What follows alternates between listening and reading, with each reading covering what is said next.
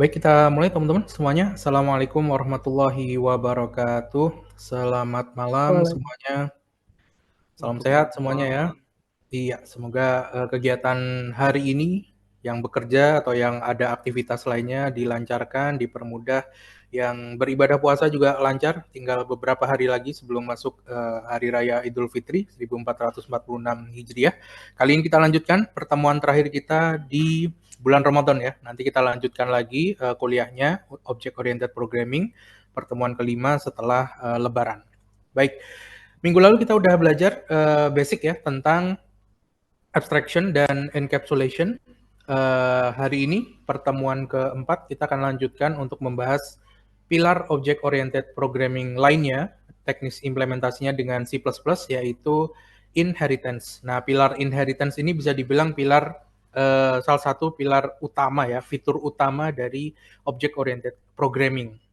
Fitur yang banyak digunakan, fitur yang bisa dibilang keren ya dari object oriented programming, di mana kita nanti akan mempelajari apa itu inheritance, bagaimana implementasinya, kemudian tipe-tipe atau jenis-jenis inheritance itu bisa apa aja sih variasinya, dan obstacle atau kendala atau mungkin problem yang bisa jadi muncul dikarenakan kita menggunakan inheritance ya, memaksimalkan potensi inheritance. Nah, dengan menguasai inheritance nanti juga kita akan diantarkan ke pilar keempat yaitu polymorphism. Nah, walaupun sekali lagi ya, pilar-pilar ini disusun secara teoritis itu tidak terhubung secara langsung satu dengan yang lainnya. Nah, tapi masing-masing memiliki fiturnya sendiri, masing-masing memiliki implementasinya sendiri, yang terkadang implementasinya sama persis antara satu dengan yang lainnya. Nah, jadi jangan terkotak-kotakkan dengan pilar-pilar tersebut ya, tapi pilar-pilar tersebut menjadi landasan bahwa yang namanya object oriented programming itu memiliki pilar-pilar ini loh yang udah kita pelajari dua di antaranya sebelumnya ya, abstraction, encapsulation, kemudian inheritance dan polymorphism. Nah, jadi bisa dikatakan menggunakan paradigma object oriented jika di dalam project itu teman-teman bisa melihat ciri-cirinya. Apakah keempat pilar ini ada di situ atau tidak? Nah, silakan presensi terlebih dahulu bagi teman-teman yang sudah menyiapkan aplikasinya, bisa di-scan barcode-nya ya untuk presensi hari ini. Bagi yang ada kendala, tidak bisa scan atau ada problem dengan presensinya, boleh langsung kirim email lintang@cakrawala.ac.id. Emailnya yang itu ya, yang saya cek untuk akademik di Cakrawala University. Terutama bagi yang izin atau sakit juga boleh email ke sana, dan jangan lupa lampirkan buktinya ya, bukti memang ada tugas kerjaan atau memang sedang sakit, dibuktikan dengan surat izin dokter barangkali. Begitu.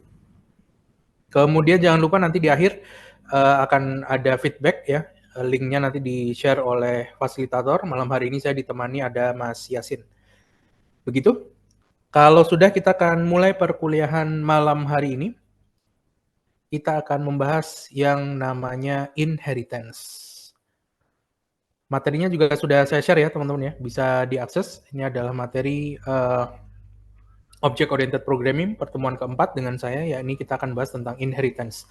Nah, apa itu inheritance? Dan kenapa inheritance ini menjadi salah satu fitur yang penting ya kalau kita membahas Object Oriented Programming terutama. Nah, inheritance sendiri teman-teman, secara bahasa ya, kalau teman-teman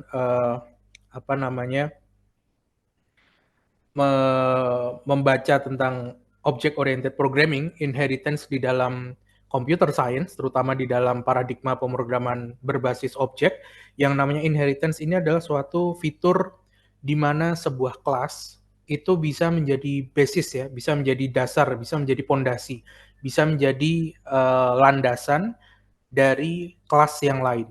Jadi kelas yang satu bisa mewarisi semua atribut-atribut atau semua properti ya, semua metode dan atribut dari sebuah kelas yang lain.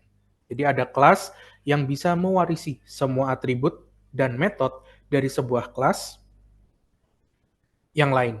Nah, itu adalah konsep dasar dari inheritance, di mana dengan menggunakan memaksimalkan pilar inheritance ya dalam pemrograman berbasis objek, maka teman-teman akan mendapatkan banyak fitur yang menarik ya, terutama tentu kode kita akan lebih efisien. Kita nggak perlu mengulang-ulang penulisan kode suatu kelas ya, kita nggak perlu menuliskan atribut-atribut yang sama persis dengan kelas yang lain berulang-ulang. Apalagi kalau kelas-kelas tersebut ada dalam satu kategori. Kita bisa bikin hierarkinya supaya dia menjadi kelas yang inherit satu sama lain misalnya ya. Nah, nanti kita lihat ada apa aja ya, ada tipe-tipe apa saja yang ada di inheritance ini.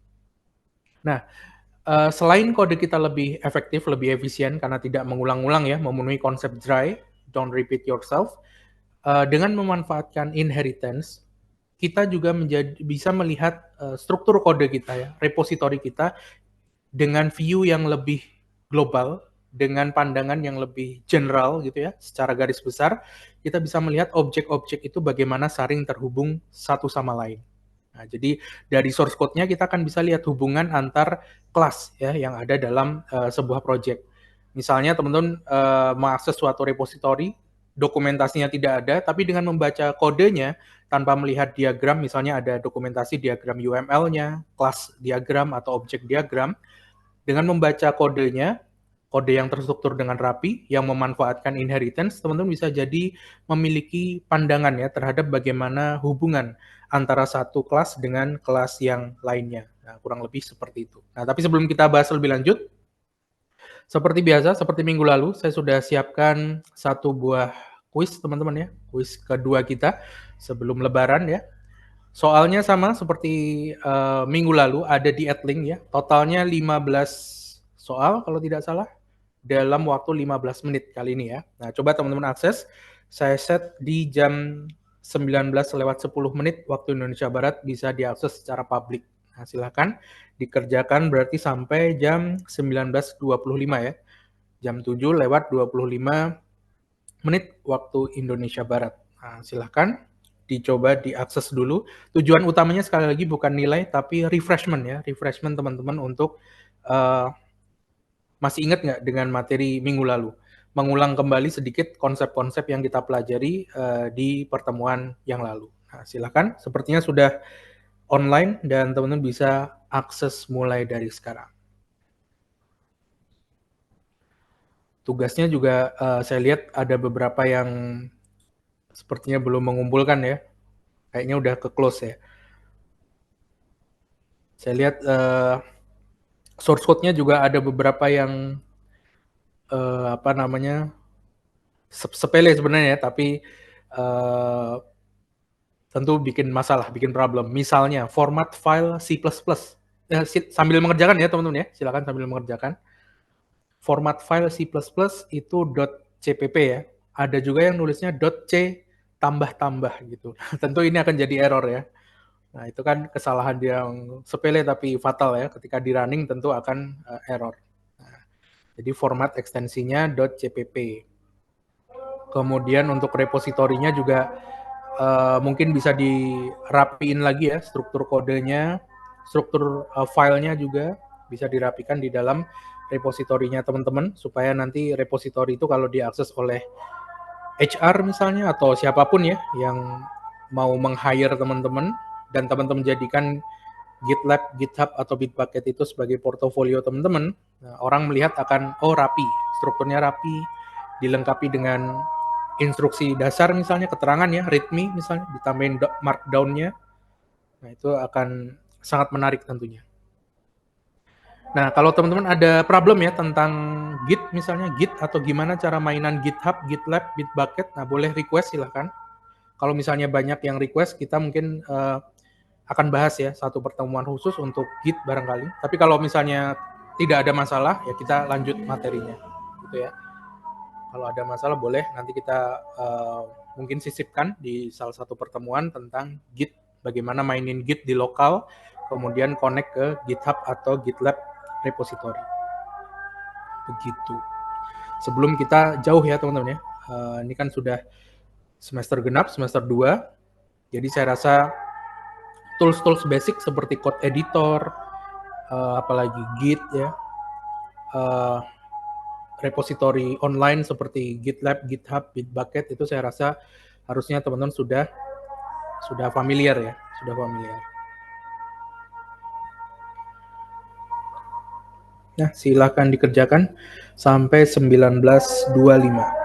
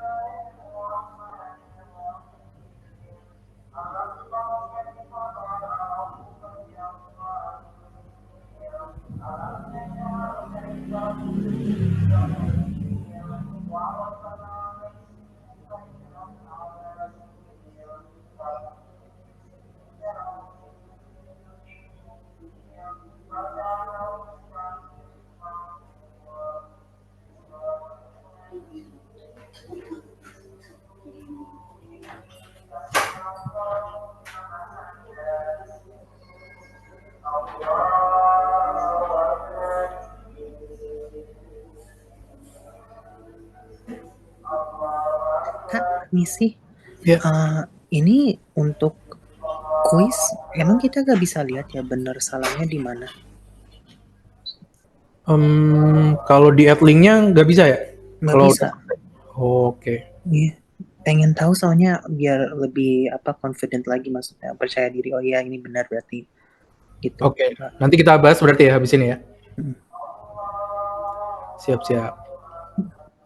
Mungkin nanti saya coba cek ya, apakah bisa di add link itu nampilin jawabannya. Harusnya sih bisa ya, karena kan ketika ngeset soal kan kita ngeset jawaban yang mana yang benar gitu kan ya. Harusnya sih bisa. Nanti coba Iya, saya lihat.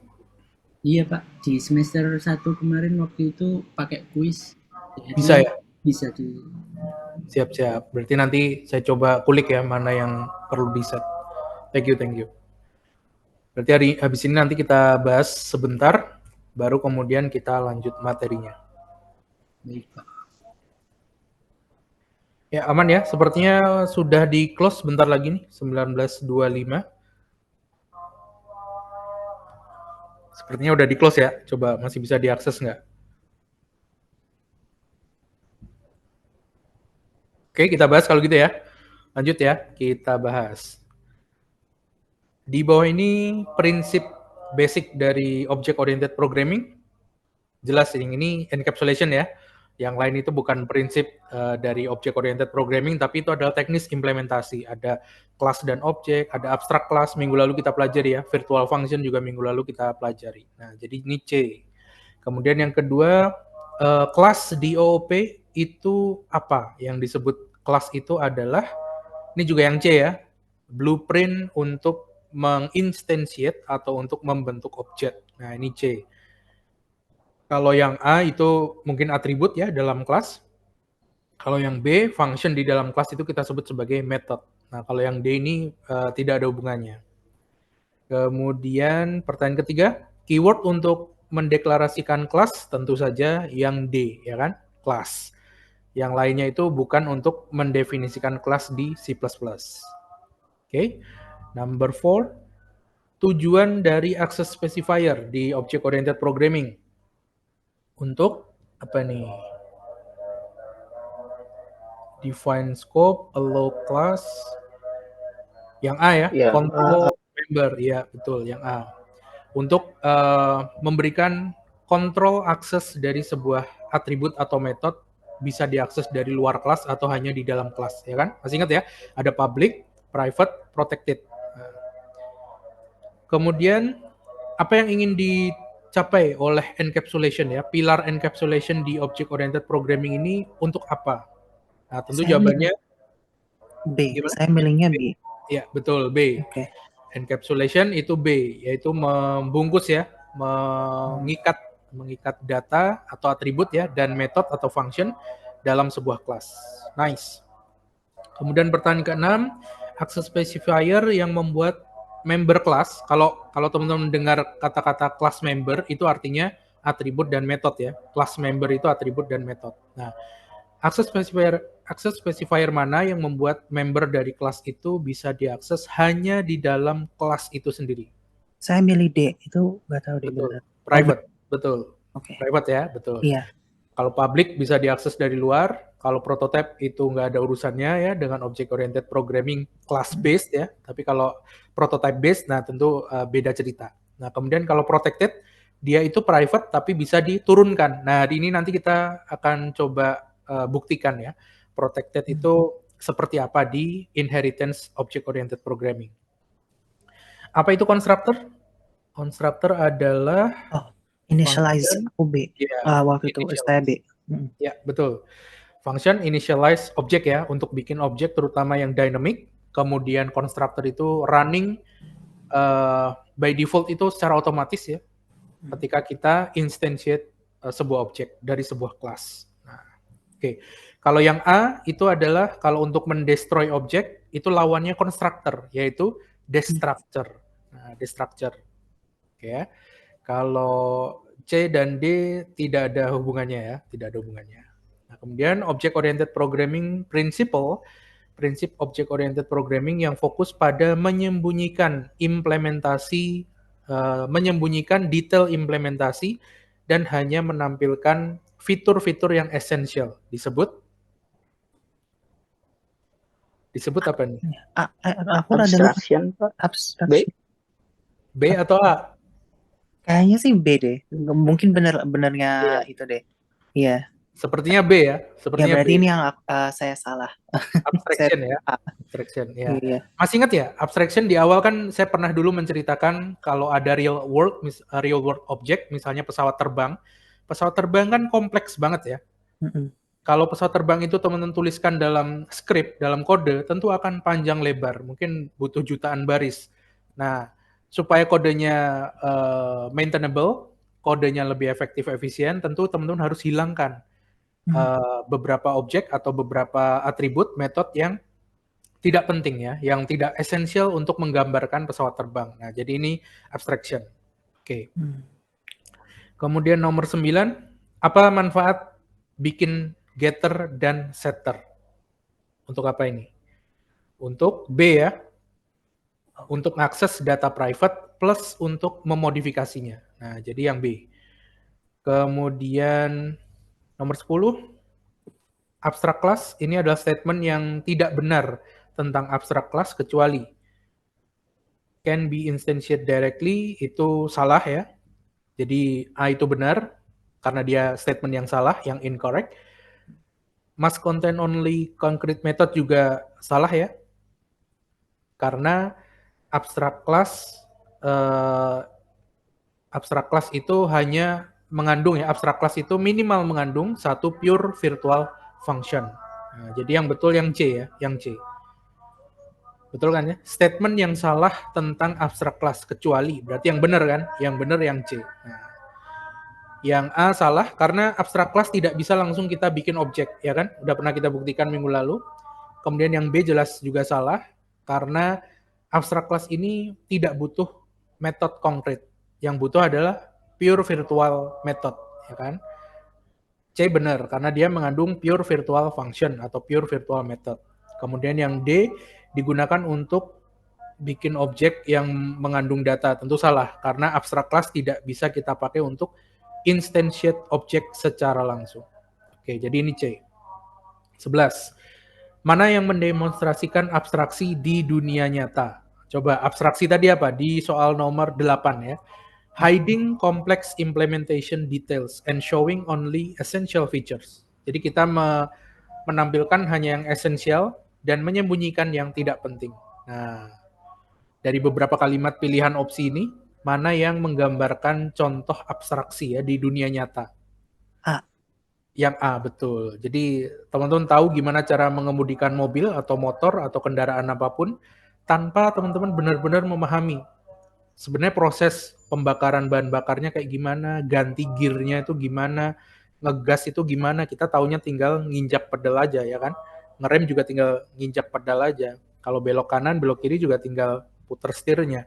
Kalau mau nyalain wiper tinggal pencet aja ya kan, tanpa teman-teman tahu detail sebenarnya apa yang terjadi di behind the scene itu yang ada di kokpit mobil, motor atau pesawat terbang. Nah, itu berarti A ya, betul. Encapsulation membantu untuk apa nih? Encapsulation. Tadi milih apa ya? Yang mana? Yang C ya. C, untuk mencegah modifikasi yang tidak diinginkan pada data dan meningkatkan code maintainability. Kenapa yang C? Masih ingat ya, encapsulation itu kan kita menghandle, merap ya, membungkus atribut berupa data dan function dalam satu unit yang disebut kelas. Nah, implementasi teknis dari encapsulation apa? Salah satunya yang kemarin kita bahas, yaitu menambahkan access specifier. Kita bisa nambahkan public, private, atau protected. Nah, fungsinya kan untuk mengontrol ya, mana yang bisa diakses, mana yang bisa dimodifikasi. Nah, jadi yang C ya. Kemudian nomor 13, kenapa teman-teman kenapa teman-teman membuat sebuah abstrak class dibanding concrete class? Kenapa kira-kira? Untuk minggu lalu kita hanya bahas apa itu abstrak class, gimana cara bikinnya ya, tapi efeknya belum kita bahas ya kan. Implementasi ini ngapain kita bikin abstrak class? Nah, hari ini akan kita bahas tuh di inheritance. Jawabannya adalah yang D ya. Jadi dengan membentuk abstrak class, kita itu semacam bikin template, teman-teman. Bikin template untuk kelas lain yang nanti diturunkan dari kelas tersebut. Nah, intinya kayak gitu. Abstrak class ini kan kelas yang tidak detail ya, implementasinya tidak dituliskan secara detail, kemudian dia tidak bisa kita buat langsung objeknya, kemudian dia mengandung virtual method, pure virtual method, di mana kalau abstrak class itu bisa terdiri dari ada atribut, ada metode, dan minimal mengandung virtual method. Tapi kalau abstrak class yang hanya mengandung satu pure virtual method, itu biasanya disebut sebagai interface. Oke ya, abstrak class di C++ ya, di C++ sebenarnya interface itu nggak ada, tapi ada banyak yang mendefinisikan interface di C++ itu adalah abstrak class yang mengandung satu pure virtual method. Nah, itu kita sebut sebagai interface kalau di C++. Nah, kita bikin abstrak class supaya apa? Supaya ini yang keempat, kita bisa menjadikan abstrak class ini sebagai interface, sebagai template, sebagai panduan ya gimana kita mendefinisikan atribut dan metode untuk kelas turunannya nanti. Nah, itu dia. Ya kan ya, kemarin udah saya singgung, tapi tekniknya kita bahas hari ini. Kemudian yang ke-14, bagaimana abstraction berkontribusi pada code maintainability atau bikin kode yang mudah di-maintain? Apa nih?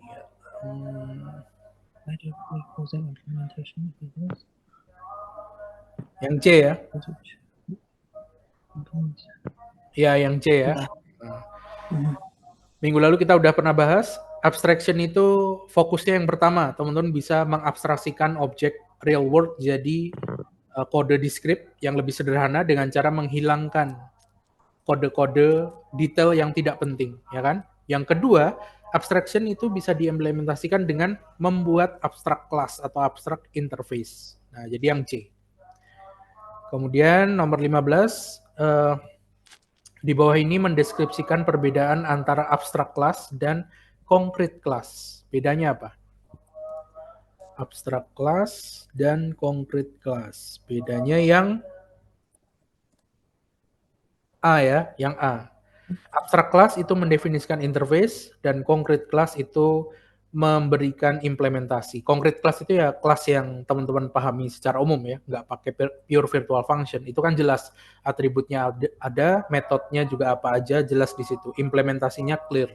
Sementara abstract class itu nggak jelas, sehingga dia hanya mendefinisikan interface saja.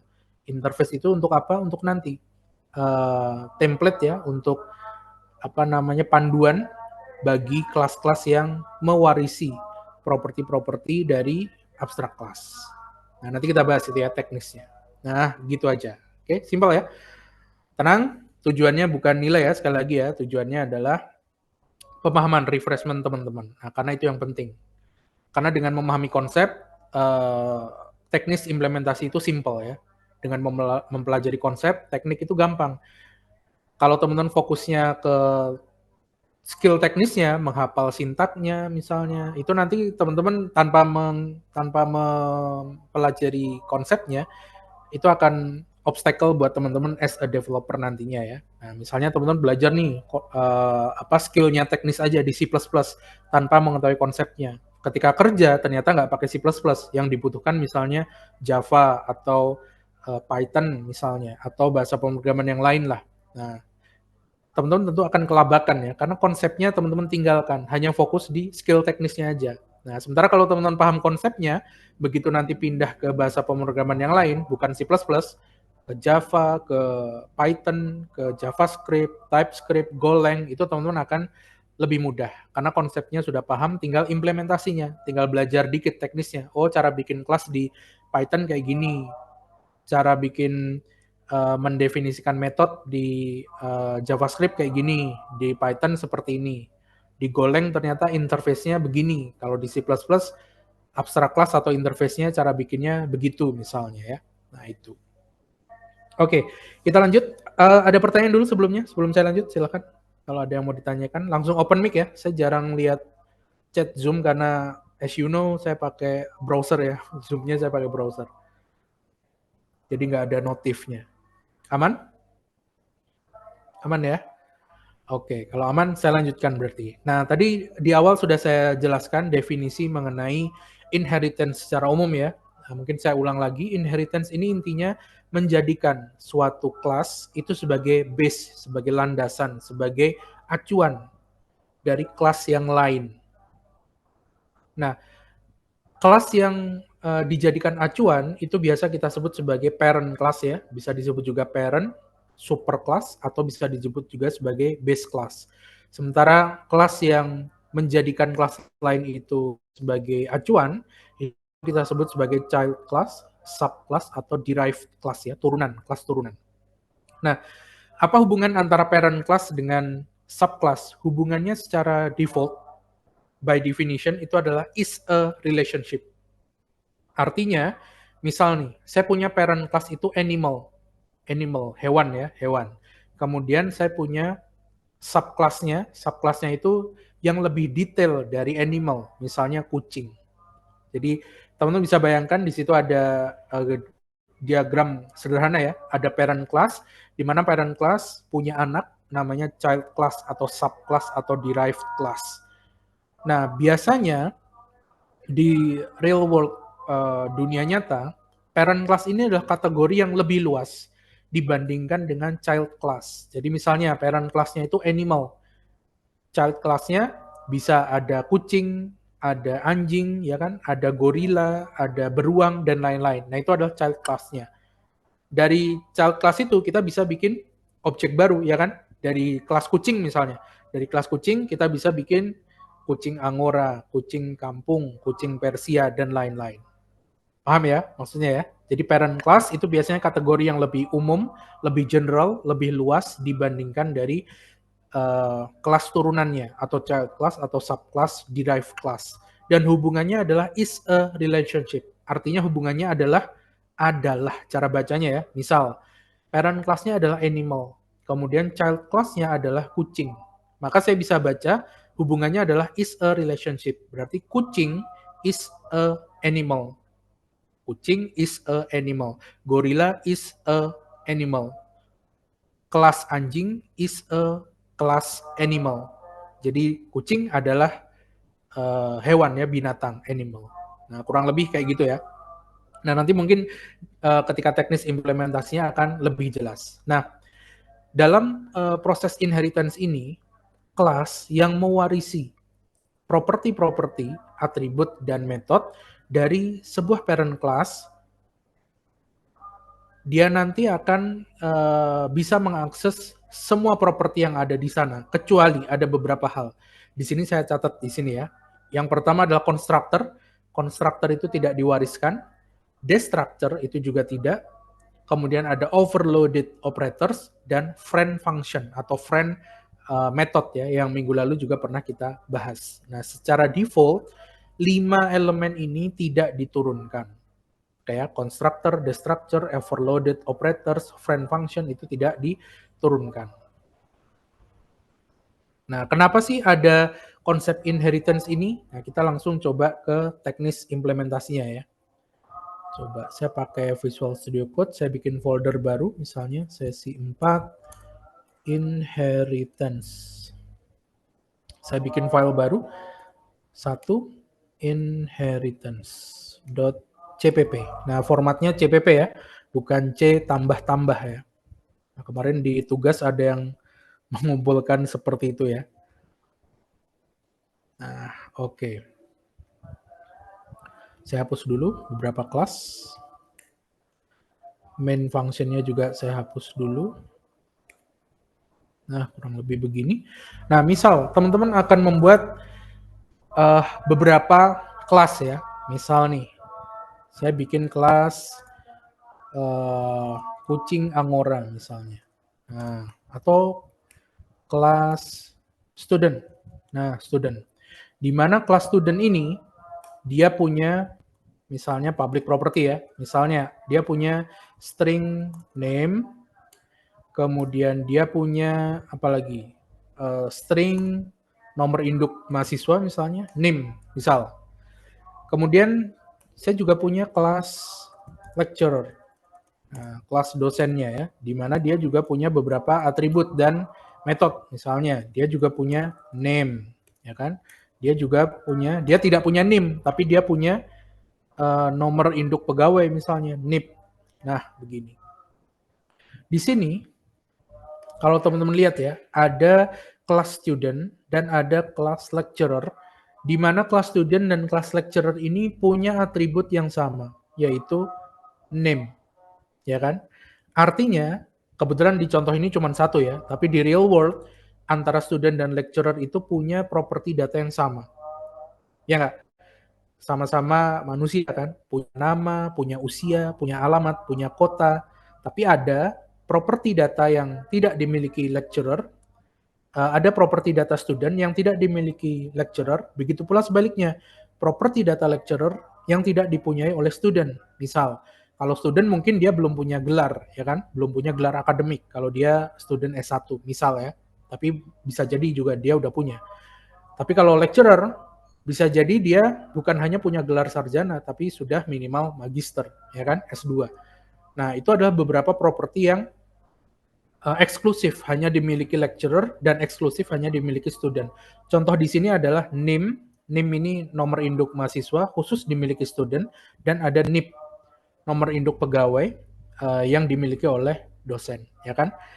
Nah, bayangkan teman-teman sebutkan semua atribut dari student dan lecturer. Tentu akan ada banyak yang kembar ya, yang sama. Ada name, ada age, ada city, kemudian ada apa lagi?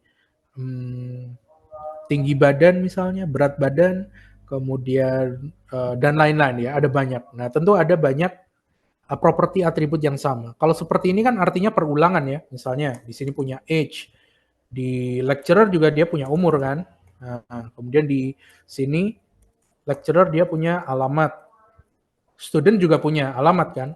Nah, alih-alih teman-teman menulis seperti ini akan terjadi redundansi, perulangan ya, duplikasi. Duplikasinya di mana nih? 3 baris ini. String name, integer age, string alamat.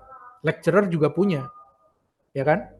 Nah, kita bisa manfaatkan inheritance untuk menanggulangi kode seperti ini supaya kode kita itu lebih rapi ya, lebih clean. Gimana caranya? Nah, caranya alih-alih student dan lecturer ini adalah kelas individual, kelas terpisah, mandiri gitu ya, sendiri-sendiri, kita bisa buat parent class-nya. Nah, jadi seperti ini, kita bisa bikin parent class. Nah, parent class ini bisa teman-teman bayangkan sebagai kategori kelas. Nah, misal student dan lecturer ini kan apa kira-kira kesamaannya? Kira-kira student dan lecturer itu kategori apa? Ada student, ada lecturer. Misalnya ya, parent class-nya kita bikin university member misalnya. Nah, jadi university members. Di mana university member itu bisa jadi student, ya kan? Child-nya berarti university members ini punya anak students dan lecturer. Nah, kurang lebih seperti ini. Kalau kita gambarkan seperti diagram di slide tadi, saya bisa gambarkan seperti ini. University members, ya kan? Itu yang pertama dia bisa anaknya, coba ke bawah berarti ya, atau ke samping aja deh, nggak apa-apa. Nah, dia bisa jadi students, ya kan? Kemudian bisa jadi juga dia adalah lecturer. Nah, seperti ini. Oke.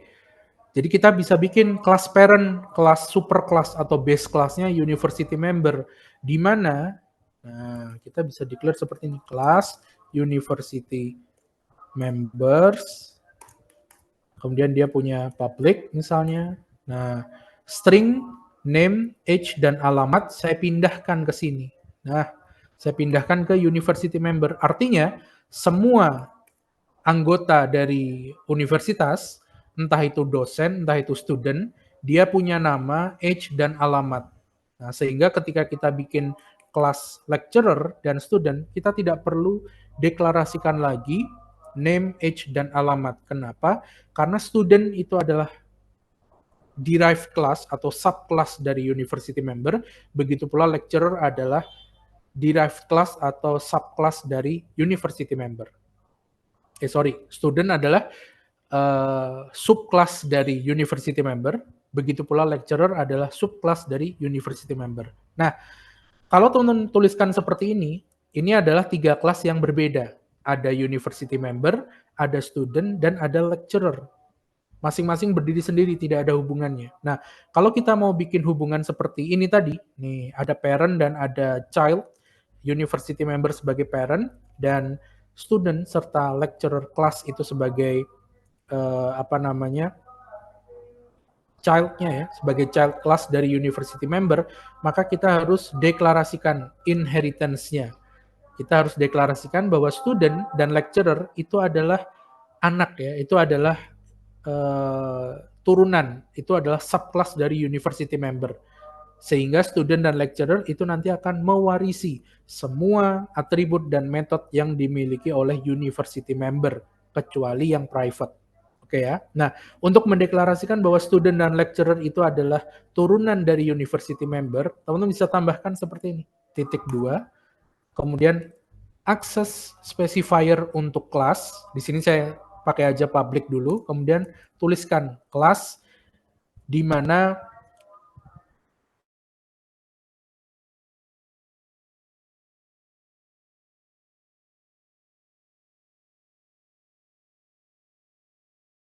mewarisi semua properti dari university member,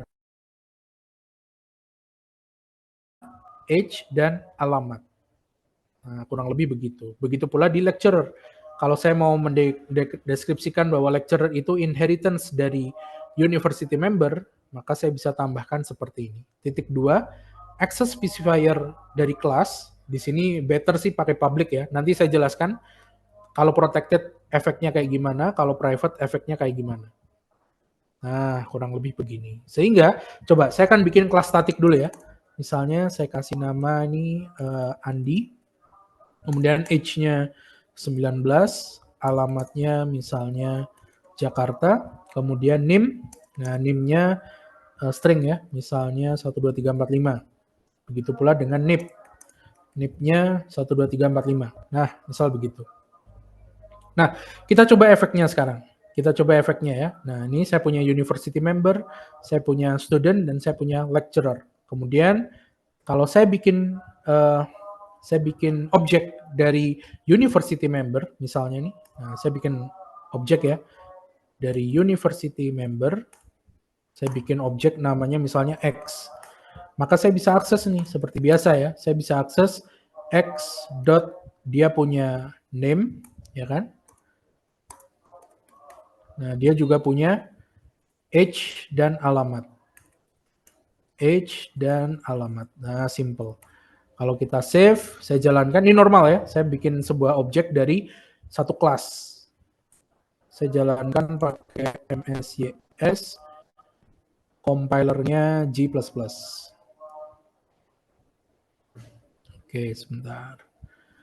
Saya perbesar, kita cek dulu, ini 07 ya. CD sesi 4. G++, kita eksekusi, filenya adalah satu inheritance.cpp, outputnya saya kasih nama X, kemudian kita eksekusi X. Maka harusnya jalannya normal ya. Nah, kita bisa dapat Andi 19 Jakarta. Nah, sekarang efek dari inheritance teman-teman akan temui ini. Misal, saya bikin objek X bukan dari university member tapi dari student. Nah, dari student. Ketika saya bikin objek dari student, di mana student itu inherit terhadap university member, maka objek dari student itu nanti akan memiliki property atau atribut dan metode dari university member. Sehingga objek yang saya bikin dari kelas student itu nanti dia punya name, punya age, dan juga punya alamat. Plus dia punya NIM. Nah, kita coba ya. Nih, saya print NIM-nya, keluar nggak? NIM. Save. Kemudian kita run. Nah, teman-teman bisa lihat nih. Keluar ya. Saya bikin objek dari student, di mana di kelas student, itu atribut yang saya deskripsikan itu sebenarnya cuma NIM aja. Tapi, kelas student ini juga dia inherit, dia mewarisi semua atribut dan metode dari kelas university member. Sehingga ketika saya bikin objek dari kelas, teman-teman bisa lihat, dia selain punya NIM, dia juga punya name, age, dan alamat. Nah, sampai sini bisa dimengerti teman-teman? Ada pertanyaan? Gampang ya? Bisa dimengerti ya? Atau ada yang bermasalah? Boleh? Gimana? Oke ya? Cukup, Pak. Cukup ya? Oke, sip. Kalau ada masalah langsung shout out aja teman-teman ya. Takutnya saya kurang jelas, kurang clear, teman-teman nggak nangkep, atau teman-teman ada yang ketinggalan, nah boleh juga. Langsung open mic aja ditanyakan. Karena semakin jauh, tentu konsep yang sudah di awal akan terus dipakai ya. Begitu. Oke. Nah, ini adalah contoh inheritance. Jadi saya punya class parent, itu adalah university member, parent atau superclass atau base class, di mana dia punya beberapa properti, atribut, yaitu name, age, dan alamat. Kemudian saya deklarasikan dua buah kelas, yang itu student dan lecturer, di mana student dan lecturer ini adalah inherit ya, dia mewarisi semua atribut dan metode dari kelas university member. Nah, cara mendeklarasikan seperti ini. Tambahkan titik 2, kemudian diikuti dengan access specifier. Dalam hal ini best practice-nya sih pakai public ya. Nanti saya jelaskan kenapa.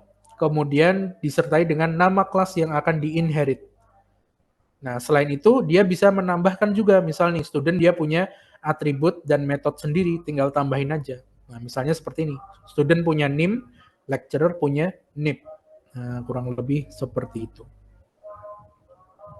Oke ya, simple ya. Nah, ini yang dimaksud dengan konsep inheritance. Contohnya juga di slide saya sertakan. Nah, seperti ini. Misalnya saya punya kelas parent-nya adalah kelas car, ya, di mana kelas car itu dia punya satu atribut, type. Type-nya adalah car, string biasa. Kemudian saya deklarasikan kelas Toyota, di mana kelas Toyota ini turunan dari kelas car. Maka saya bisa definisikan dengan titik 2 spasi public spasi car. Artinya Toyota ini turunan dari kelas car.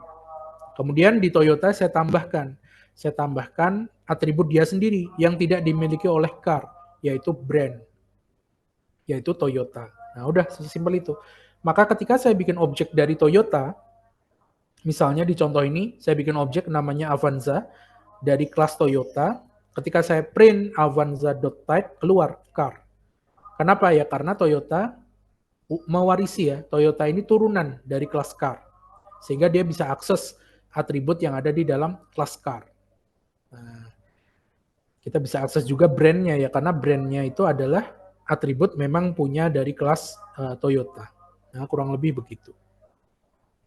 Nah, mengenai access specifier yang tadi ya, sebelum teman-teman deklarasikan nih, di sini kan ada kelas Toyota titik 2 public car, di situ ada access specifier class public.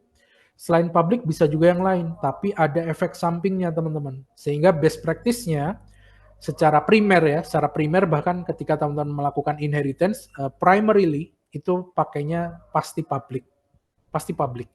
Kenapa? Ya karena kita mau konsep menurunkan itu kan adalah konsep mewariskan semua atribut yang ada di dalam sebuah kelas ke kelas turunannya, ke kelas yang ada di bawah.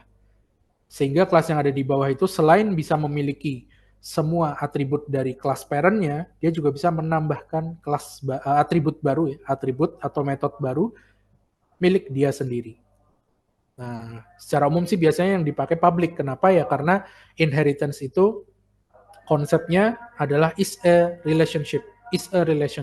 Nah, jadi kalau di contoh di slide ada kelas car sebagai parent-nya dan kelas Toyota sebagai subkelasnya. Teman-teman bisa baca ini sebagai Toyota is a car. Karena hubungannya adalah is a ya, is a. Toyota is a car. Toyota adalah mobil. Begitu juga dengan contoh yang tadi saya sajikan di sini, di kode. Nanti saya share seperti biasa di GitLab ya, tenang. Teman-teman cukup ikutin aja kalau di kelas. Nah, nanti mau coba bisa akses langsung kodenya dari GitLab. Oke ya. Nah, kalau di sini, di contoh saya berarti student, kelas university member itu adalah superclass dari student dan lecturer. Kalau kita baca relasinya, karena inheritance adalah relasinya is a, berarti student is a university member. Betul ya? Mahasiswa itu adalah anggota universitas, warga kampus. Betul. Begitu pula lecturer, dosen itu juga university member. Lecturer is a university member. Nah, begitu. Oke ya. Nah, sehingga karena student dan lecturer itu sama-sama anggota universitas, university member, maka student dan lecturer itu akan mewarisi semua atribut dan metode dari university member. Nah, kurang lebih begitu ya. Nah, jadi better memang secara primer penggunaan access specifier class itu selalu public ya untuk inheritance. Itu selalu public. Tapi boleh nggak yang lain? Oh, tentu boleh. Selain public ada protected inheritance. Nah, protected inheritance ini bisa dipakai nggak? Bisa aja, tapi memang sangat jarang ya. Sangat jarang dipakai untuk access specifier pada inheritance class. Nah, kalau kita pakai protected, apa nanti akibatnya? Nah, akibatnya nanti ya base class yang punya protected members, itu nanti dia akan memiliki protected members dari kelas turunannya. Nah, secara umum sih sama aja ya, seperti itu, tapi jarang dipakai.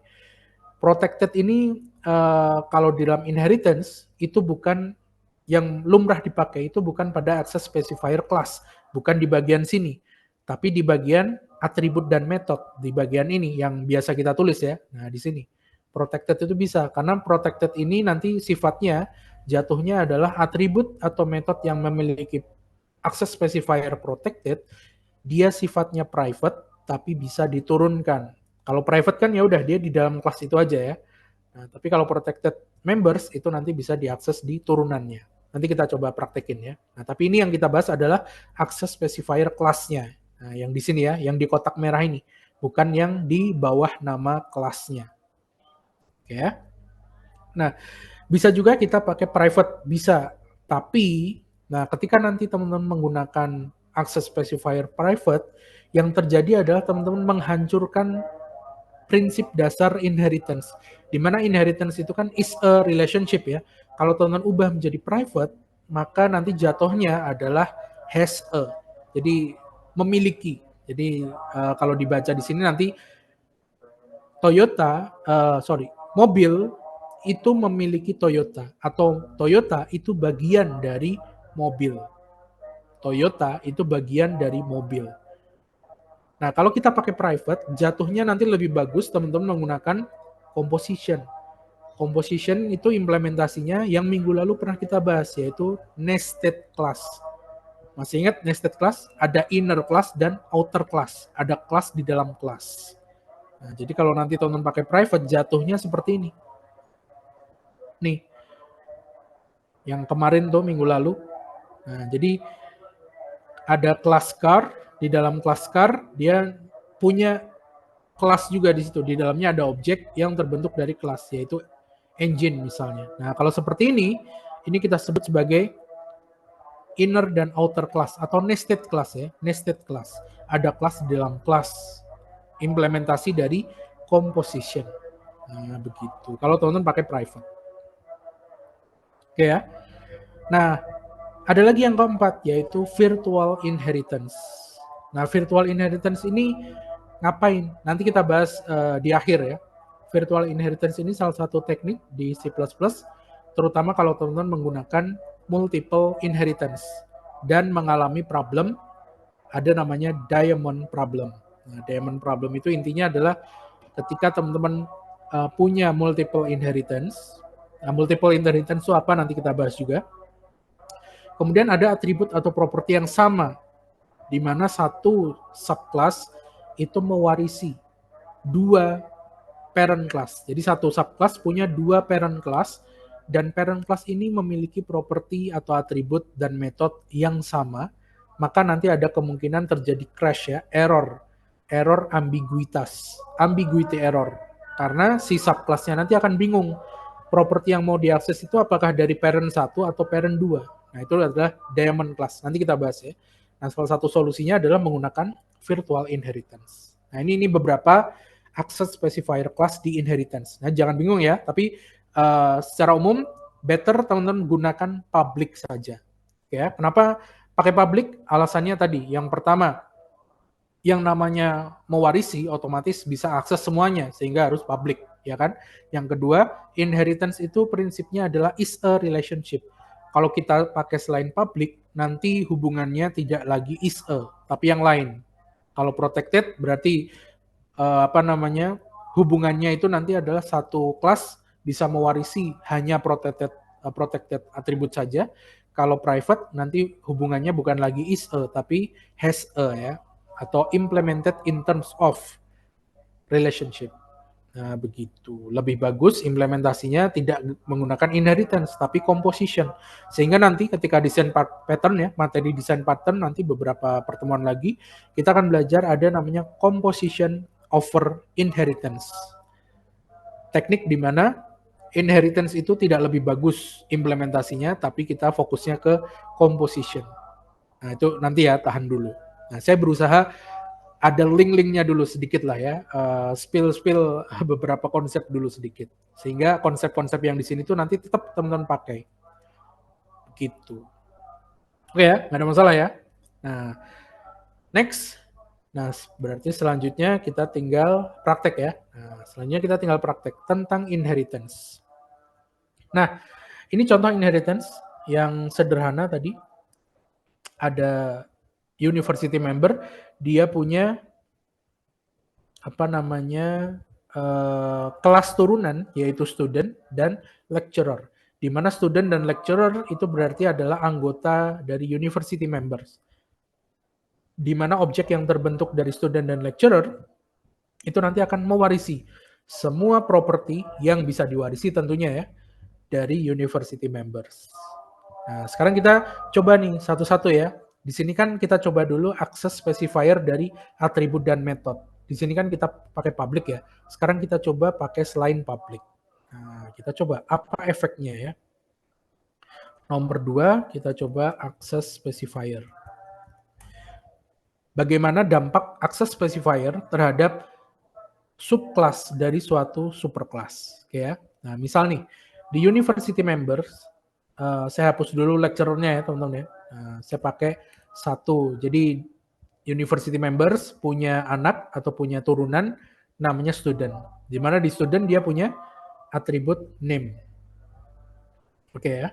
Nah, bagaimana kalau dia punya metode? Coba, kalau dia punya metode, saya coba string, kemudian get name, dia adalah metode, biasa ya, simple, kemudian returnnya adalah, gini ya, nggak pakai sama dengan ya, returnnya adalah name. Nah, sederhana gini doang. Maka ketika saya bikin objek dari student, objek itu akan punya metode getName juga, ya dong? Coba kita cek ya, bener nggak? Saya bikin objek X, di mana objek X ini bisa ngakses nggak getName? Nah, bisa. Kita coba save dan kita coba run. Harusnya yang nomor 2 ya, nomor 2. Sebentar. 2. Kita eksekusi. Kita lihat nih, get name-nya apakah keluar. Nah, keluar ya, nih, Andy. Nice. Nah, kenapa bisa diwariskan ke student? Ya, karena student turunan dari university member, dan kebetulan access specifier dari get name, alamat, age, dan name itu semuanya public. Sekarang coba saya ubah. Saya tidak public, tapi saya ubah private. Jadi semuanya ini private. Nah, teman-teman bisa lihat nih, di source code saya langsung error ya. Nah, name, age, alamat, dan get name-nya error. Tapi name-nya nggak error. Karena name memang dideklarasikan di dalam kelas student. Dan saya bikin objeknya dari objek dari kelas student. Ya kan? Nah, langsung error nih. Kenapa? Karena dia private. Nah, jadi lesson learn-nya kalau kita punya public ya, public attribute dan method ya, atau property ya. Saya singkat aja prop ya, property. Kalau property itu berarti merujuk pada atribut dan method ya. Atribut itu berupa data, method itu berupa function. Masih ingat ya? Kalau public prop itu bisa diturunkan, diwariskan lah ya, diturunkan ke subclass. Nah, kalau public prop berarti dari superclass bisa diturunkan ke subclassnya. Kalau private berarti gimana? Kalau private berarti apa yang terjadi? Ini kan university member private nih. Maka atribut-atributnya, properti-propertinya, apakah bisa diakses oleh objek yang dibentuk dari kelas turunannya? Bisa nggak? Tidak kan Kak? Benar harusnya enggak. Bisa, ya. Ini teman-teman bisa lihat juga di sini error ya. Nah, berarti kalau private prop berarti tidak bisa diturunkan. Nah, gimana caranya? Nggak bisa. Kecuali masih ingat nggak best practice di materi abstraction dan encapsulation? Bahwa atribut-atribut itu better memang private, tapi method itu public. Sehingga kita bisa bikin seperti ini. Ya kan? Masih ingat ya best practice di pertemuan yang lalu? Atribut-atribut itu ada baiknya kita deklarasikan private, ya. Kemudian method itu kita deklarasikan public. Nah, kalau get name berarti inilah yang disebut sebagai getter, ya kan? Ada getter, ada setter. Nah, kalau seperti ini kita lihat get name-nya nih. Get name-nya nggak error dia. Tuh, nggak ada merah-merahnya dia. Nah, begitu ya. Jadi kalau private tidak bisa diturunkan. Nah, sekarang yang ketiga nih.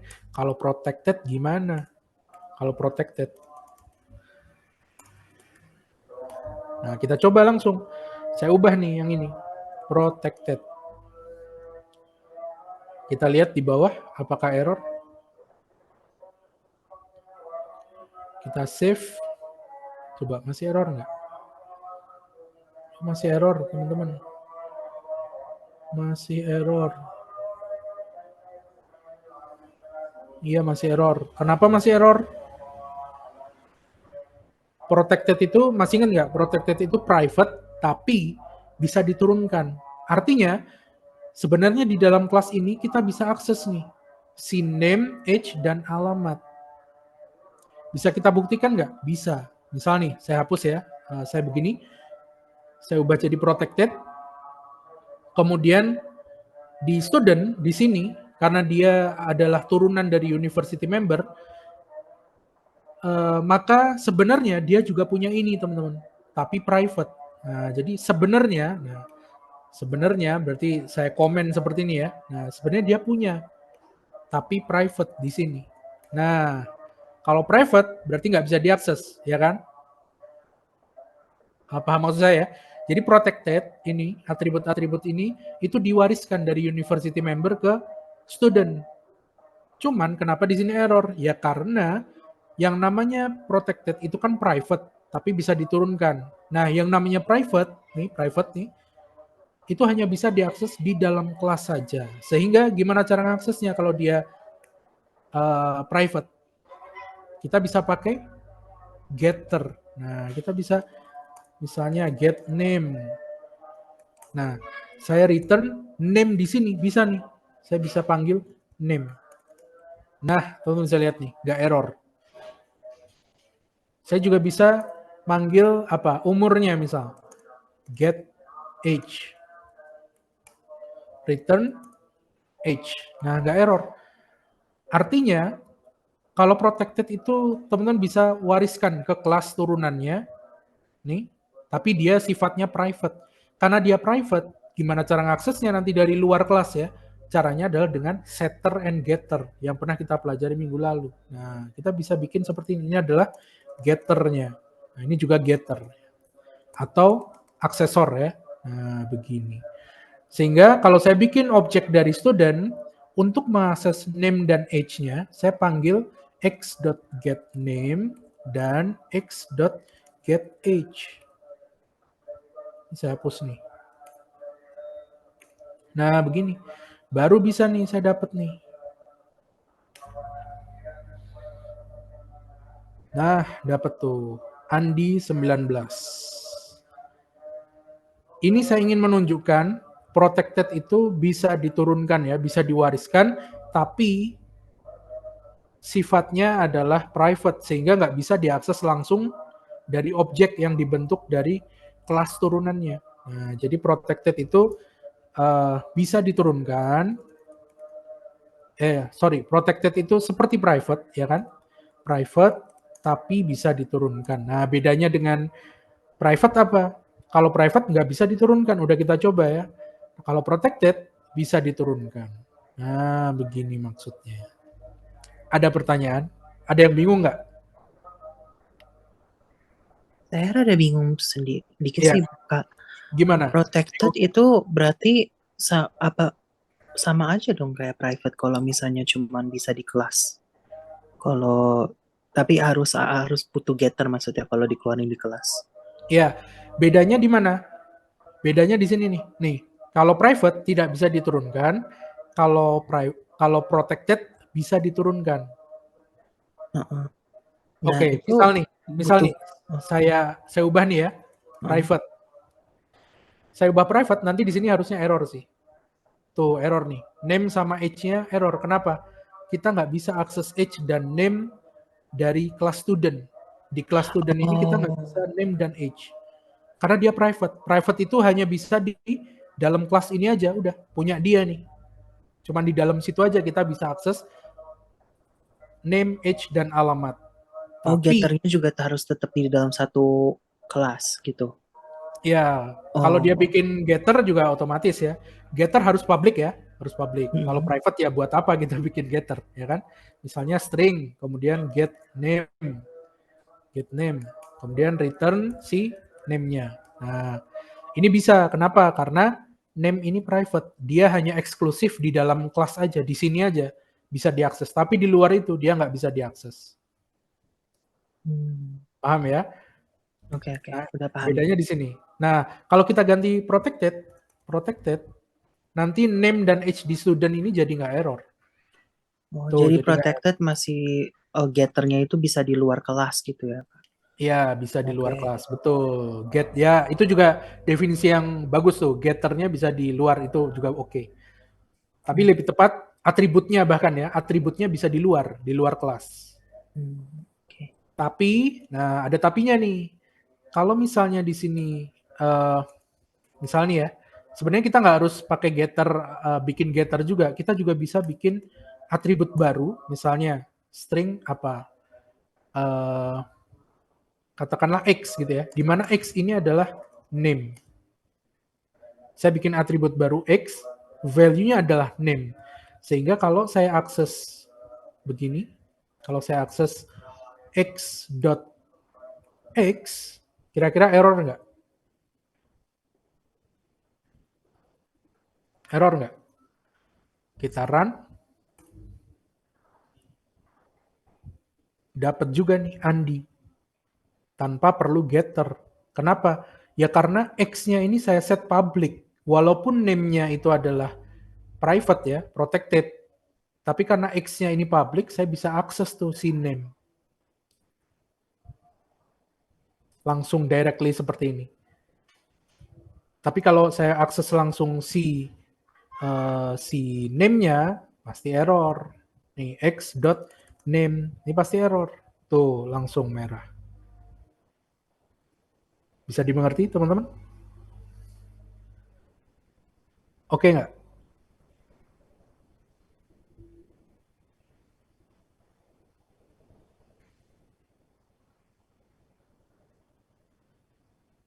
Oke, gimana? Ada yang mau tanya? Boleh? Oh, tunggu. Saya cek chat dulu kali ya. Oke, oke.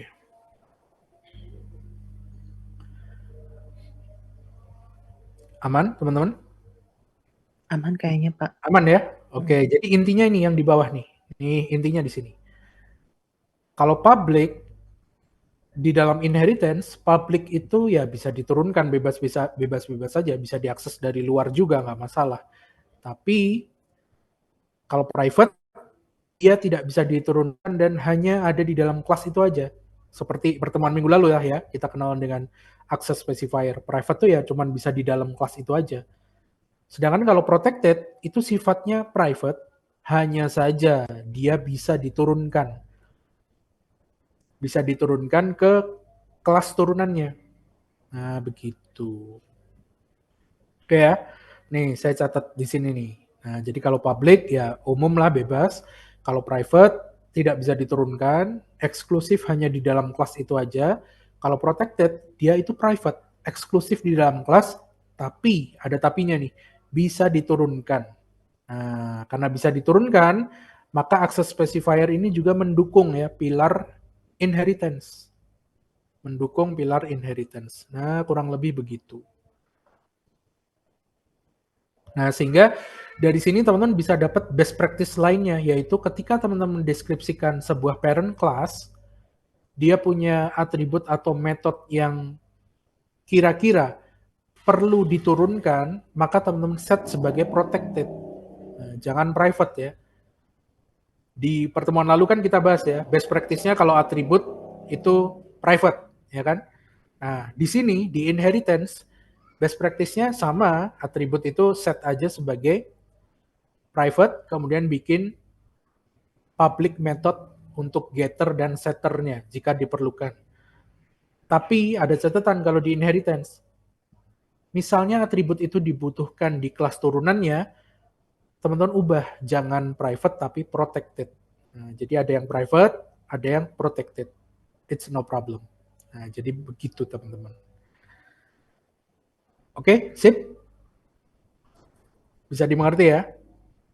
Pelan-pelan. Nah, kalau teman-teman belum paham, jangan pindah dulu ya, jangan pindah dulu. Kalau bisa ini udah clear ya. Kalau ada pertanyaan, silahkan. Nah, intinya adalah ini yang di bawah nih. Kalau public bisa diturunkan kemana-mana bebas lah ya, bisa diakses dari luar kelas.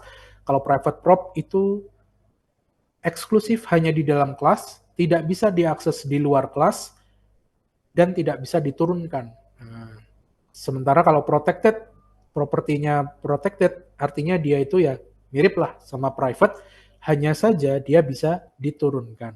Begitu.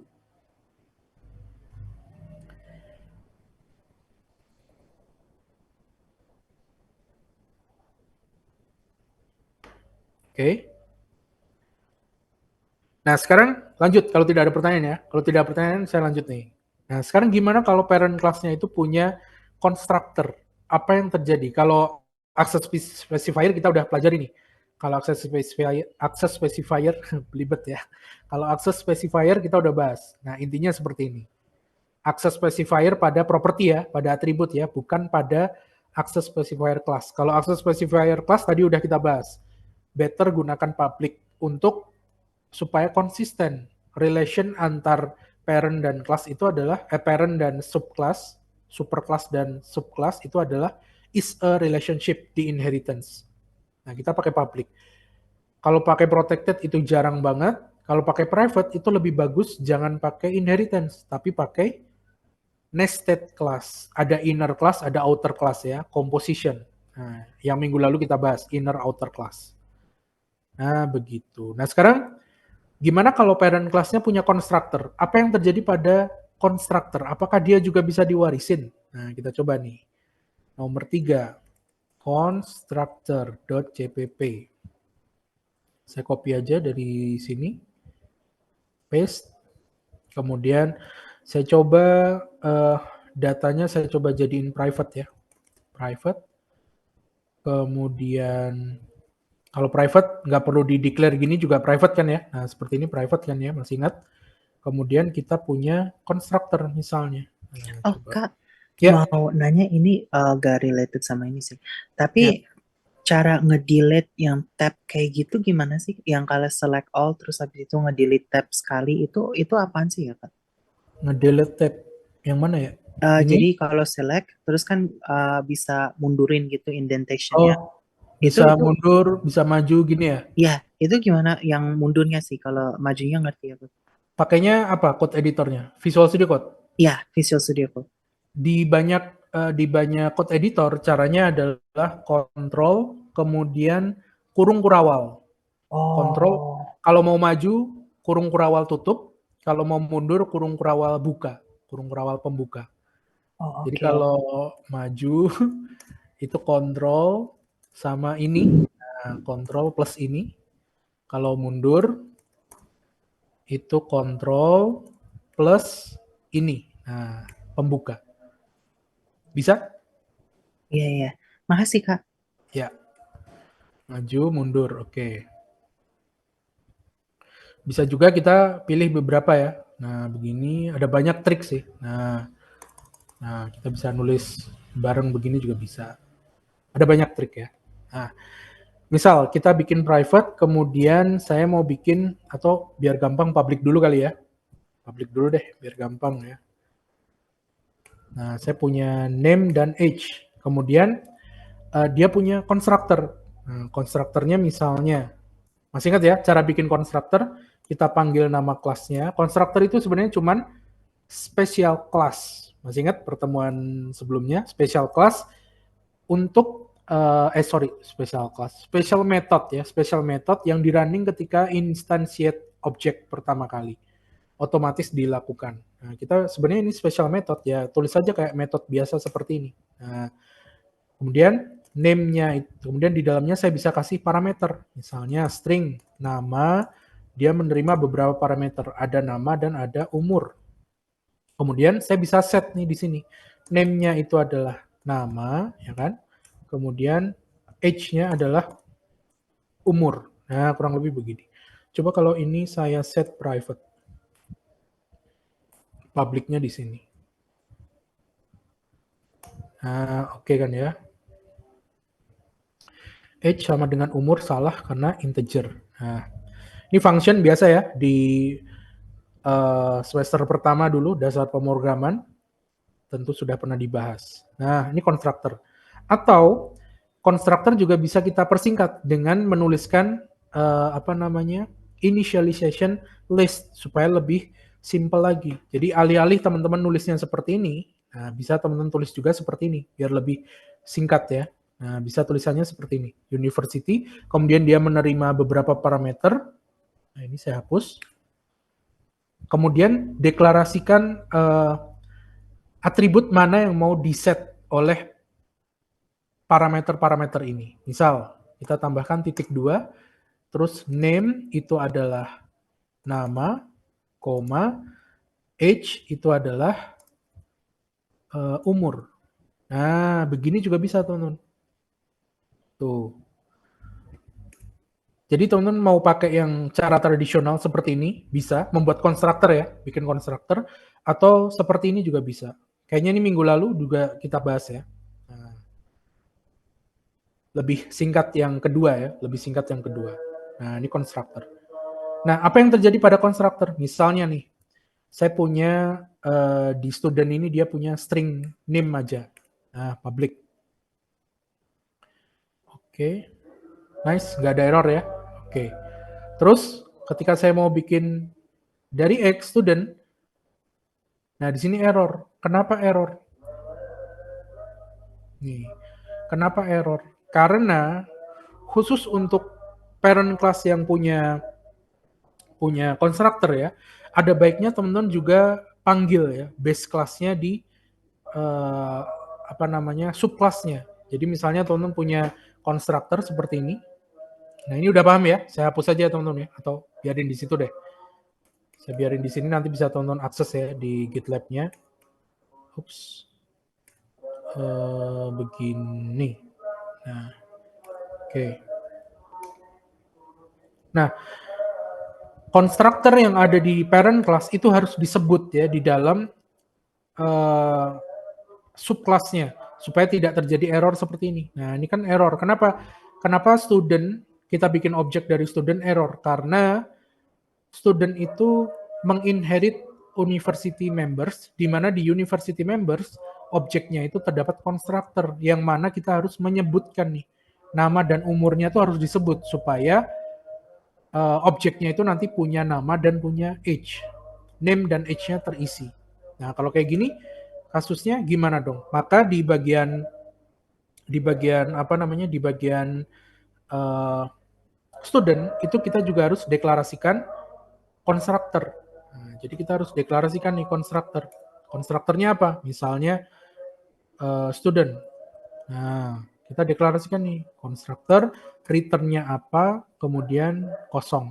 Nah, implementasinya kosong. Implementasinya kosong. Saya mau cara penulisan yang pendek ini tadi. Nah, jadi atribut apa yang harus dimasukkan ketika kita declare student? Minimal adalah sama dengan parameter dari constructor class parent, yaitu nama dan umur.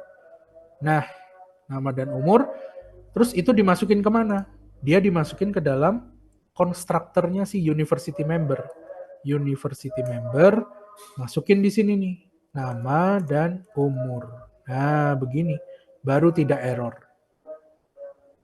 Oke ya, jadi ketika teman-teman punya sebuah constructor di parent class, maka constructor di parent class itu harus disebut di dalam subclass-nya.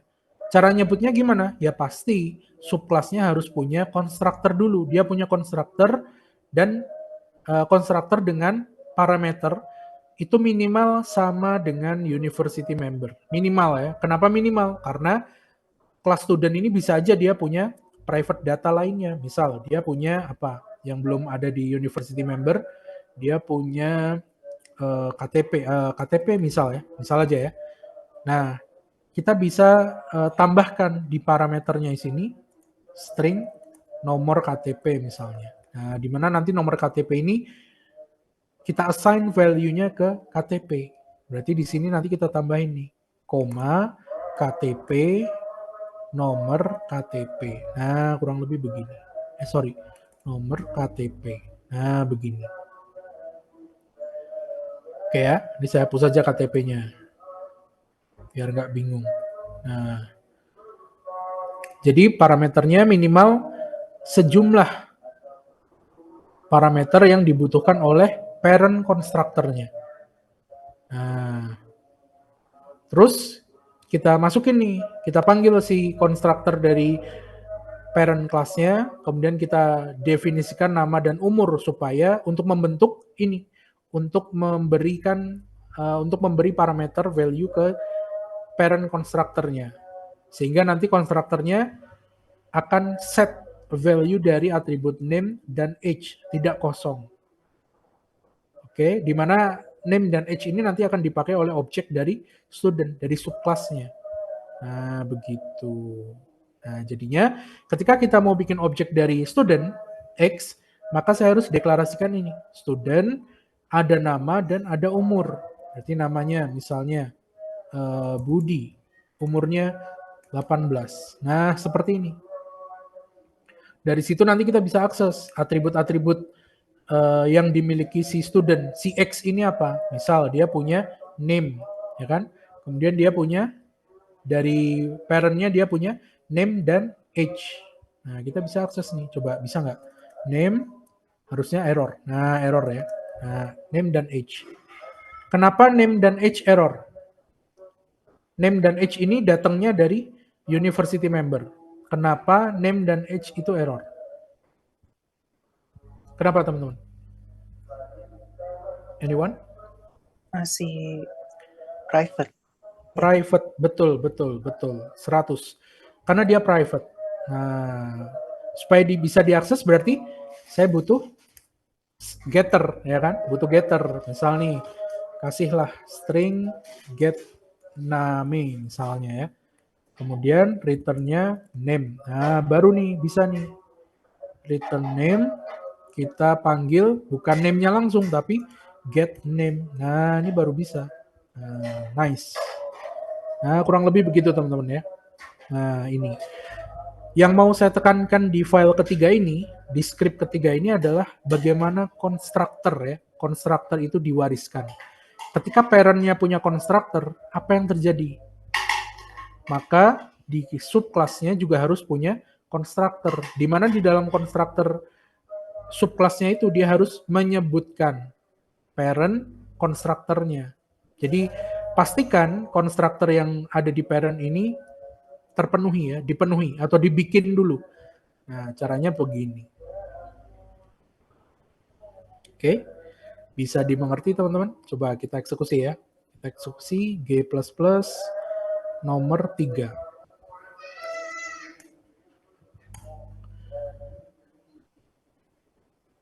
Nice, dapat nih. 1, 2, 3, 4, 5, Budi. Ya kan? Name dan get name. Nah, yang saya mau tekankan adalah konstruktornya ya. Nah, saya kasih catatan di bawah. Jika parent memiliki konstruktor, maka child atau subclass atau derived class itu harus definisikan konstruktor.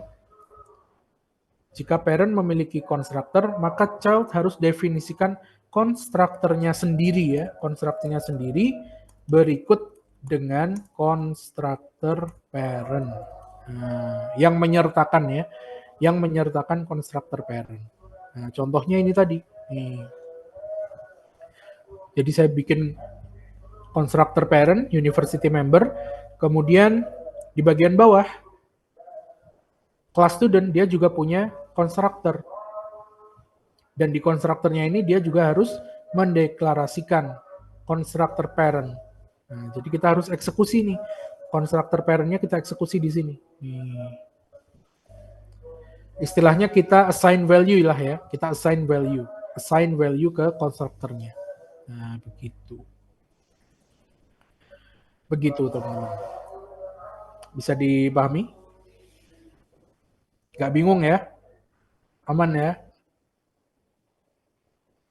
Nah, itu kita sudah bahas access specifier, kita juga bahas bagaimana konstruktor kalau diturunkan ya. Nah, begini.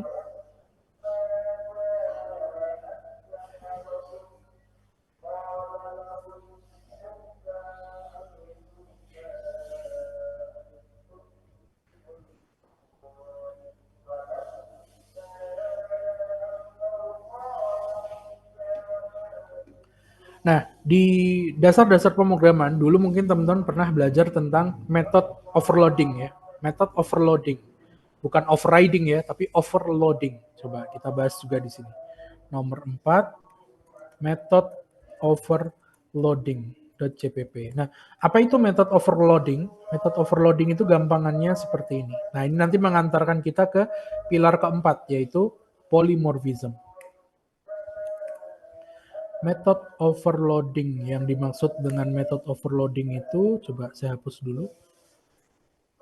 Nah, begini. Student. Itu saya komen dulu semua. Nah, method overloading itu adalah kondisi di mana kita punya beberapa function. Nah, kita punya beberapa function ya. Misalnya function, misal nih, saya deklarasikan string add atau integer add. Integer add, dia bisa menambahkan 2 angka, integer x, integer y. Kemudian dia return-nya adalah x plus y. Nah, begini doang. Kemudian saya panggil nih, add, saya cout ya, cout add, masukin 2 parameternya x dan y, misalnya x-nya 3, y-nya 9, end line. Nah, begini, save. Maka nanti hasilnya G++ nomor 4 method overloading. Outputnya X, eksekusi X. Hasilnya 3 tambah 9, 12. Nah, betul ya, 12. Nah, method overloading itu adalah kondisi di mana misal saya punya beberapa function dengan nama yang sama, tapi parameter yang berbeda dengan return yang berbeda. Misal di sini saya punya double. Nah, jadi angkanya float ya, desimal. Nah, saya akan menjumlahkan dua buah angka desimal. Nah, begini. Maka ketika saya panggil lagi function add, tapi parameternya bukan integer, bukan bilangan bulat, tapi bilangan dengan desimal. Misal 4,7 ditambah misalnya 9,3 misalnya. Nah, coba berapa tuh? Harusnya 14 ya. Coba kita cek. Kita save. Kita run. 4,7 ditambah 9,3. Oh, 14. Nih, 14 ya. Nah, keluar. Ini yang disebut method overloading. Saya punya function yang sama, namanya sama, hanya saja parameternya berbeda. Yang satu integer, yang satu double, dengan return yang berbeda juga. Yang satu returnnya integer, yang satu return atau hasilnya itu double, float. Ketika saya eksekusi, tidak error. Oke ya. Nah, akan error ketika misalnya saya menambahkan parameter yang tidak saya definisikan. Misalnya string, Ali dan Budi. Nah, kayak gini baru error. Tuh, pasti error. Tuh, error ya. Nah, karena saya tidak mendefinisikan function add dengan parameter string. Kecuali kalau saya deklarasikan nih, string. Misalnya nih, kita string, kemudian X-nya itu string, dan Y-nya juga string. Nah, kita save. Tidak error tuh. Hasilnya, Ali ditambah Budi sama dengan Ali Budi. Ya kan? Nah, concat. Kalau string dijumlahkan itu bukan penjumlahan string, tapi penggabungan string. Concat ya. Concat. Nah, begitu. Nah, inilah yang disebut method overloading. Method overloading ini juga bisa diterapkan pada method class ya. Misal nih, saya hapus. Kemudian saya punya university dan saya punya class student. Nah, di class university saya punya dua buah method. Nah, saya punya public method seperti ini. Oke. Kemudian di public saya punya satu method add.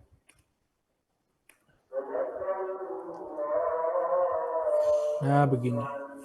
Nah, maka ketika saya bikin objek dari student, maka saya bisa akses nih karena student mewarisi semua properti dari university member, maka ketika saya panggil add dengan memasukkan parameter berupa double ataupun integer, tetap jalan ya, termasuk string. Berbeda halnya kalau saya bikin objek dari university member, misal nih, saya bikin dari university member. University member katakanlah X. Kemudian kita print cout X dot misalnya add. Nah, parameternya saya kasih string Ali dan Budi. Harusnya sih error ya. End line. Nah, error. Kenapa error? Karena di dalam university member dia tidak punya function add namanya sama, parameternya berupa string. Nggak ada. Ya kan? Makanya error. Nah, beda cerita kalau saya bikin objek X-nya itu dari student, dari kelas student. Ketika saya panggil add dengan string parameternya, dia jalan. Termasuk ketika saya panggil function add dengan parameter atau argumennya ini berupa integer dan berupa float atau bilangan desimal. Misal 1,4 dan 6,6. Nah, pasti nggak error. Tuh, error juga. Constructor exists. Coba kita cek dulu ya.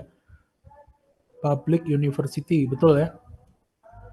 Student public university, betul? Betul, public university, betul. Oh, ini error, teman-teman. Coba kita save dulu ya.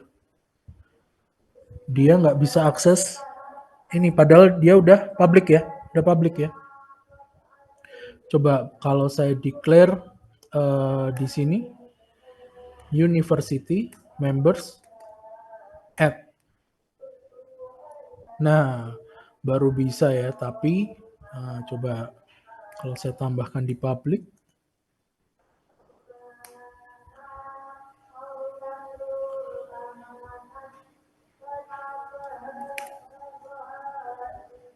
Tunggu, kalau di slide gimana teman-teman? Kita cek dulu ya. Kita cek dulu nih, derive overloaded. Nah ini, harusnya sama ya. Di sini sih aman ya. String, integer. Habis ini apa? Abstract base class.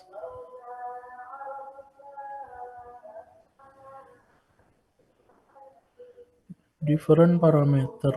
Betul ya? Coba kita tambahkan university members add. Oh, sorry. Tunggu, kita cek dulu teman-teman ya. Ini kenapa error dia?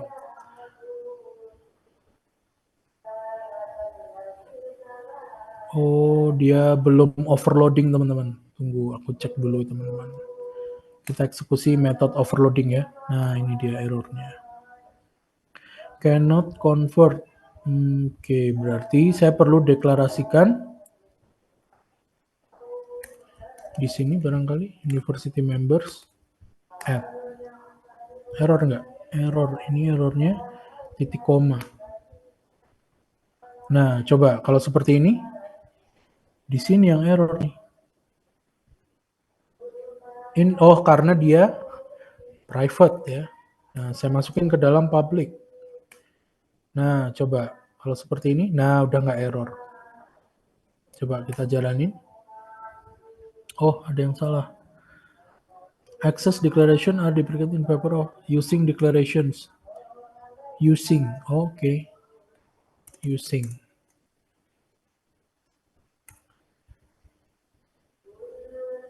Nah, dapat nih, tuh.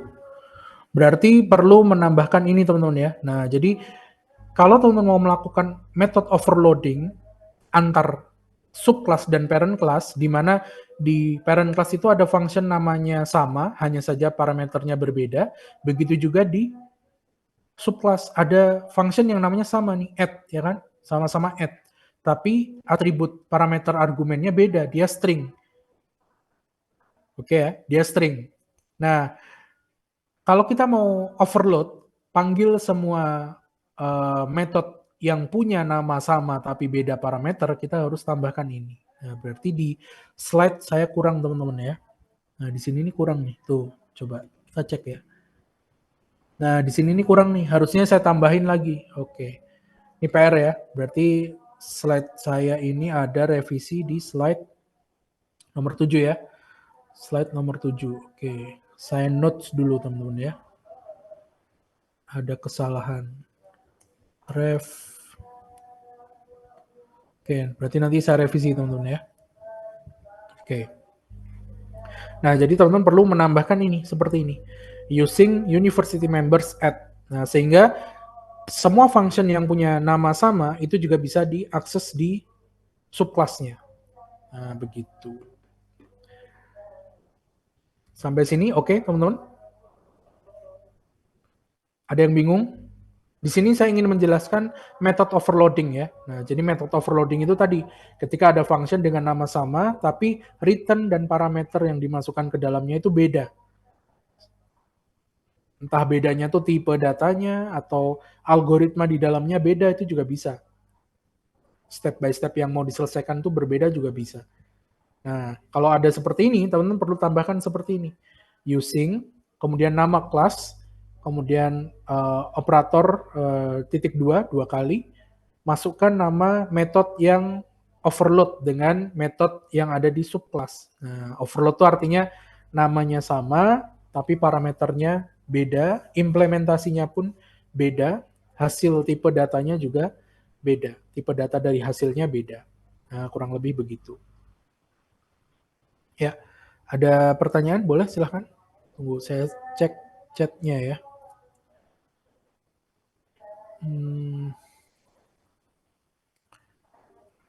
Ya, kalau yang absen bisa ke email ya teman-teman ya. Oke. Oke, ada pertanyaan sampai sini? Method overloading? Pelan-pelan ya, pelan-pelan. Nanti seiring berjalannya waktu juga pasti bisa. Aman ya? Nah, sekarang satu lagi deh, satu lagi. Jadi slide ini mungkin nanti akan kita bahas 2 part ya. Inheritance part 1, kemudian nanti part 2 berikutnya ya. Karena masih ada beberapa yang perlu teman-teman tahu ya. Nah, perlu teman-teman tahu. Nah, satu lagi deh. Abstract base class. Minggu lalu kita sudah bahas tentang apa itu abstract class. Masih ingat ya, abstract class itu adalah kelas di C++ yang dia punya minimal satu pure virtual function. Pure virtual function. Yaitu function yang tidak ada implementasinya. Dia cuman nambahin sintak virtual, kemudian equals atau sama dengan 0. Nggak jelas dia tuh ngapain, ya kan? Nah, abstract class ini salah satu best practice di inheritance. Jadi kalau teman-teman mau bikin parent class, ada baiknya teman-teman membuat parent class itu sebagai parent class itu adalah abstract class. Jadi parent class-nya itu kalau bisa abstrak. Nah, nanti implementasinya akan di override di subclass-nya. Oke ya. Nah, misal nih, coba kita ini saya coba langsung praktekin ya. Yang kelima berarti terakhir. Yang kelima adalah apa tadi? Override. Override.cpp. Nah, better teman-teman bikin parent class itu abstrak. Nah, supaya segeneral mungkin dan tidak ada implementasi di dalamnya. Nah, contoh, saya punya function abstrak virtual misalnya string ya, virtual string get name misal ya, saya kasih nama atau functionnya misalnya katakanlah something gitu, something, do something. Nah, si do something ini dia nggak punya implementasi, cuman gini doang, const sama dengan 0. Nah, ini kan pure virtual function ya. Ini adalah pure virtual function. Masih ingat? Ketika sebuah kelas punya pure virtual function, maka dia disebut sebagai abstract class. Nah, kalau abstract class-nya itu hanya punya satu pure virtual function, kita sebut sebagai interface. Nah, jadi ini walaupun di C++ nggak ada istilah interface ya. Interface itu abstract class dengan tepat satu pure virtual function. Nah, ini beberapa expert mendefinisikan interface di C++ itu adalah abstract class dengan satu pure virtual function. Nah, kalau kita punya abstract class, masih ingat nggak? Kita tidak bisa menginstantiate object. Bikin objek dari abstract class itu nggak boleh. Misalnya, university members, saya bikin objek namanya X. Pasti error. Nah, error. Tuh. Errornya apa? Teman-teman bisa lihat. Objek dari abstract class itu tidak diperbolehkan. Not allowed. Oke ya.